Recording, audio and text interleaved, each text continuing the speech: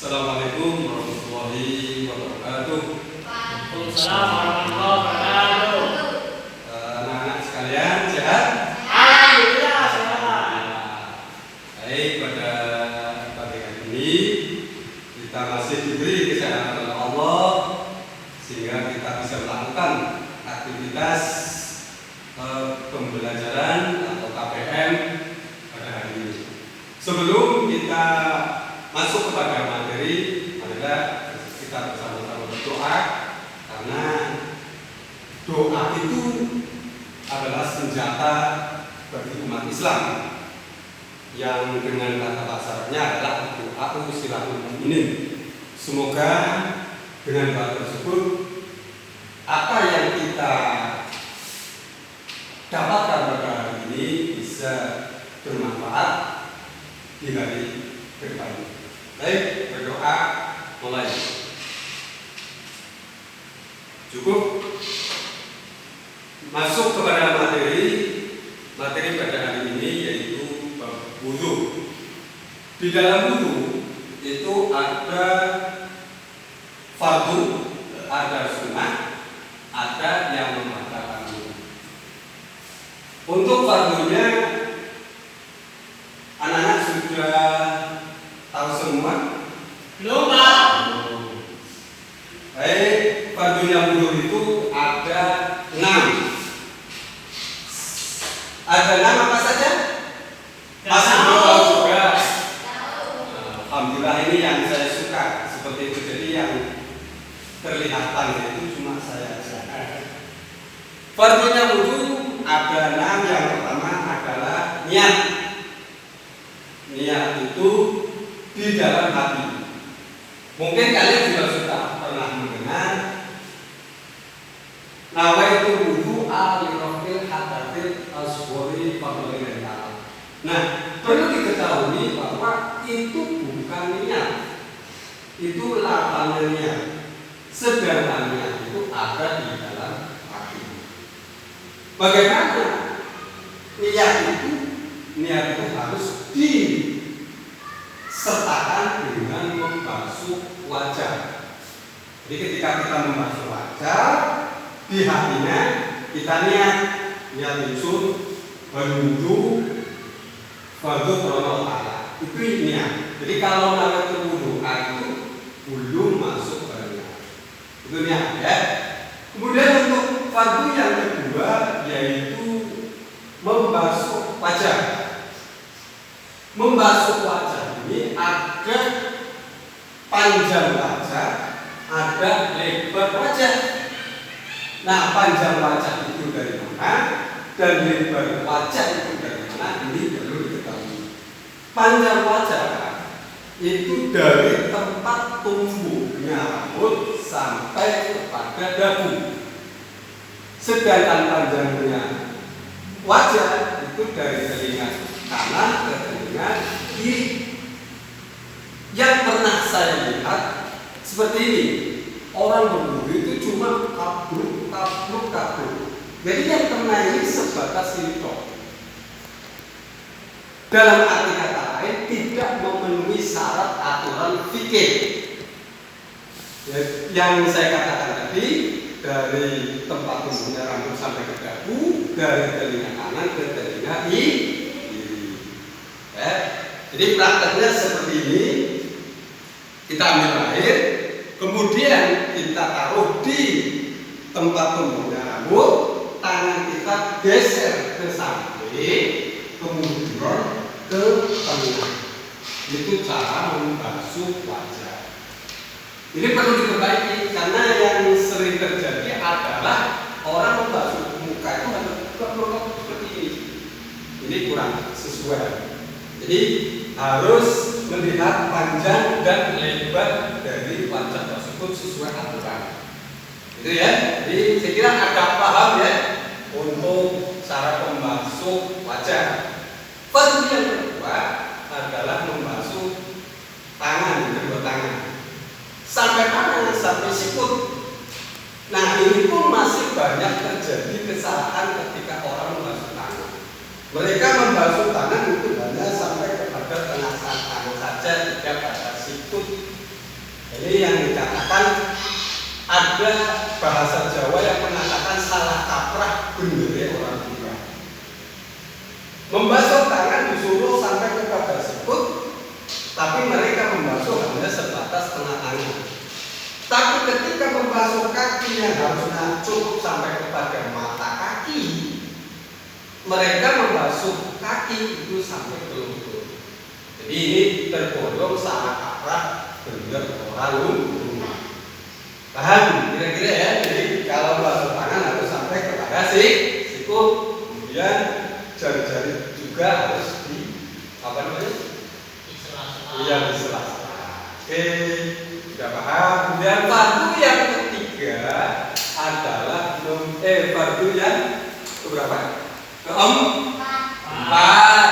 Kalau ketika tadi tangan pertama nih, ya, yang kedua membasuh wajah, yang ketiga tangan, yang keempat membasuh sebagian kepala. Nah, sebagian kepala ini yang dimaksud adalah kita membasuh sedikit dari air tersebut ke tempat tumbuhnya rambut juga. Nah, tempat tumbuhnya rambut itu mana aja? Sini ya, jadi kalian bisa lihat. Yang terjadi permasalahan adalah yang di belakang. Dan di sini barangkali terjadi ada anak cewek atau anak cowok yang rambutnya panjang karena mungkin sudah kepangannya bagus, mau dibasuh, males memperbaikinya, terus dia berniat membasuh sebagian kepala itu di rambut yang di sini di pundak. Ini sah apa tidak? Tidak sah. Jadi membasuh sebagian kepala itu harus di tempat tumbuhnya rambut. Misalkan di sini atau di mana saja yang penting masih di batas tempat tumbuhnya rambut. Satu contoh misalkan saya ini rambutnya agak panjang sedikit. Kemudian saya basuh di sininya. Ini tidak sah karena bukan tempat tumbuhnya rambut. Ini fardu yang wudhu yang keempat. Kemudian fardu yang wudhu yang kelima adalah membasuh kedua kaki sampai mata kaki. Jadi yang tadi saya katakan ada kalimat Jawa mengatakan salah kaprah bener orang tua. Jadi membasuh kaki yang harusnya sampai mata kaki, tapi ada orang yang membasuh kaki sampai kepada lutut. Nah, ini perlu diperbaiki ya anak-anak ya. Jadi membasuh kaki sampai pada mata kaki, kemudian di sela-selanya kita basuh. Itu sudah cukup. Fardu yang wudhu yang nomor 6 adalah tertib. Ada yang tahu tertib artinya apa? Urut. Yang dahulu didahulukan, yang akhir diakhirkan. Misalkan saya beri contoh seperti ini. Saya habis membasuh wajah, lalu saya melanjutkan membasuh kaki. Ini kira-kira dianggap tertib atau tidak? Tertib. Dari fardu yang nomor berapa tadi? 3 loncat ke nomor 5. Ya tidak dikatakan tertib. Ya, jadi yang dinamakan tertib itu dari niat, kemudian membasuh wajah, dari wajah kemudian tangan, kemudian sebagai kepala, kaki, dan ini dinamakan tertib. Oke, sampai sini ada yang ditanyakan mana? Ada ya? Ada. Kalau ibunya ada jenggot gimana, Pak? Ya, oke, bagus. Ini pertanyaan baru juga. Kalau ada orang yang punya jenggot, misalkan gitu ya. Jadi kalau punya jenggot itu dilihat dari tebal atau tipisnya jenggot. Kalau tipis ya cukup kita usap aja. Tapi kalau tebal maka harus diselak. Apa air itu harus dimasukkan sampai terkena kulit itu. Nana, udah paham? Alhamdulillah. Dari materi fardu sudah saya jelaskan. Kita beralih kepada materi sunah-sunahnya wudhu. Sunah-sunahnya wudhu ada yang tahu? Belum juga. Untuk sunah-sunahnya wudhu dianggapnya adalah kita membasuh telapak tangan sampai pergelangan. Itu satu. Kemudian ada lagi membasuh semua kepala. Jadi semua kepala itu dibasuh justru bukannya wajib, bukannya wajib, tapi justru itu sunnah. Pertanyaannya mungkin yang bisa terjadi adalah bagaimana kalau orang itu tidak punya rambut alias botak, kira-kira wajib dibasuh atau enggak? Itu bisa timbul pertanyaan seperti itu. Jadi kira-kira wajib dibasuh atau enggak? Wajib. Wajib. Wajib ya, saat kita basuh seakan-akan kita punya rambut lah, gitu aja. Intinya masih pada tempat tumbuhnya rambut. Kemudian sunnah selanjutnya adalah membasuh kedua telinga. Ini juga termasuk sunnah. Akan tetapi karena walaupun itu sebuah sunnah, maka perlu juga kalian tahu cara membasuh yang benar itu seperti apa. Jadi yang namanya telinga itu ada luar, ada dalam. Nah, caranya begini ya. Jadi jari kita ini seperti ini, masukkan, kemudian untuk ibu jarinya ini untuk membasuh yang di luar.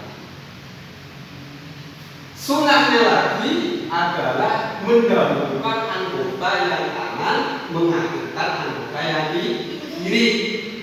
Nah, kalau cara membasuh telinga, itu bagaimana? Yang kanan dulu.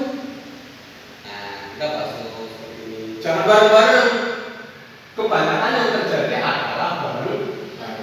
Jadi yang bareng itu justru kanan dulu, baru yang kiri. Itu sunnahnya. Selain dari membasuh kedua telinga, ada lagi yaitu membasuh hidung. Membasuh hidung ini juga tergolong atau masuk kepada sunnah-sunnahnya wudu. Selain itu, ada sunnahnya wudu yaitu apa? Berdoa. Ya. Berdoa itu apa kira-kira doanya? Masuk hidung juga. Jadi doanya nanti kita belajar bersama-sama. Kita pada waktu yang akan datang akan kita tulis doa tersebut. Baik. Materi yang ketiga adalah perkara yang membatalkan wudu.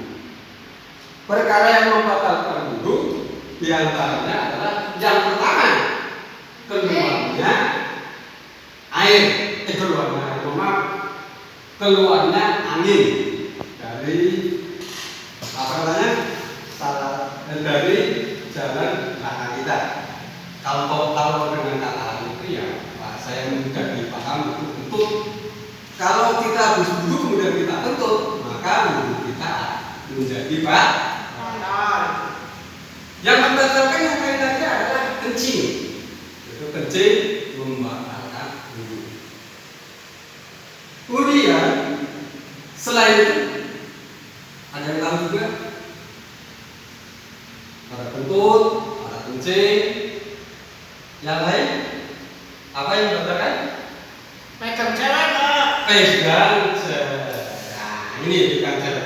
Pegang cewek itu membatalkan wudhu. Tapi ini juga harus dilihat anak-anak. Memegangnya seperti apa?